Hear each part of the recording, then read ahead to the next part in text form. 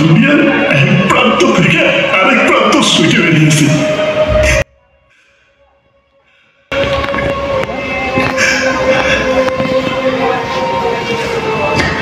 আমার সাথে একটু কথা বলেন না আম্মা। রাজকুমার মুভি দেখার পরে আপনার মনে অন্যরকম এক অনুভূতির সৃষ্টি হবে। বেশিরভাগ দর্শকই কাঁদতে কাঁদতে সিনেমা হল থেকে বের হয়েছেন। সাকিব খান যেমন মাকে খুঁজে পাইছে, আমার মনে হয় যে আমি যদি আমার মাকে পাইতাম, মনে হচ্ছে যে সাকিব খান যেমন পৃথিবীর এই প্রান্ত থেকে ওই প্রান্ত খুঁজে মাকে বের করলো, আমি যদি পারতাম এই কষ্টটা লাগতো। অনেকের জীবনের সাথে ছবির কাহিনী হুবহু মিলে যাচ্ছে। সবাই বলছে আহা কি দেখলাম, আহা কি দেখলাম। শাকিব খানের অভিনয় অতুলনীয়। শাকিব খান নিজেই নিজেকে দিন দিন ছাড়িয়ে যাচ্ছেন অভিনয়ে। ছবিটা প্রথম দিকে খুবই ভালো লাগছে, লাস্টে একবারে কান্দাই দিছে ছবিটা। মার জন্য সাকিব ভক্ত যারা আছেন তারা সবাই এই ছবিটা দেখবে। অন্যদিকে মায়ের চরিত্রে মাহিয়া মাহির অভিনয় ছিল ক্যারিয়ারের সেরা।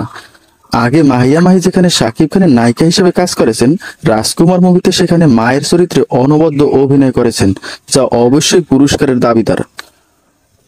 অনেক অনেক খুঁজে মাকে হারানো, ফিরে পাবার দৃশ্য এবং সব হারিয়ে শাকিব খানের শুয়ে পড়ার দৃশ্য ছিল রাজকুমার সিনেমার সবচেয়ে সেরা দৃশ্য।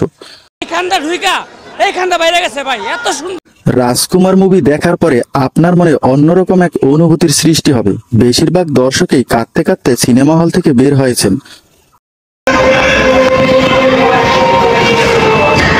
আমার সাথে একটু কথা বলেন।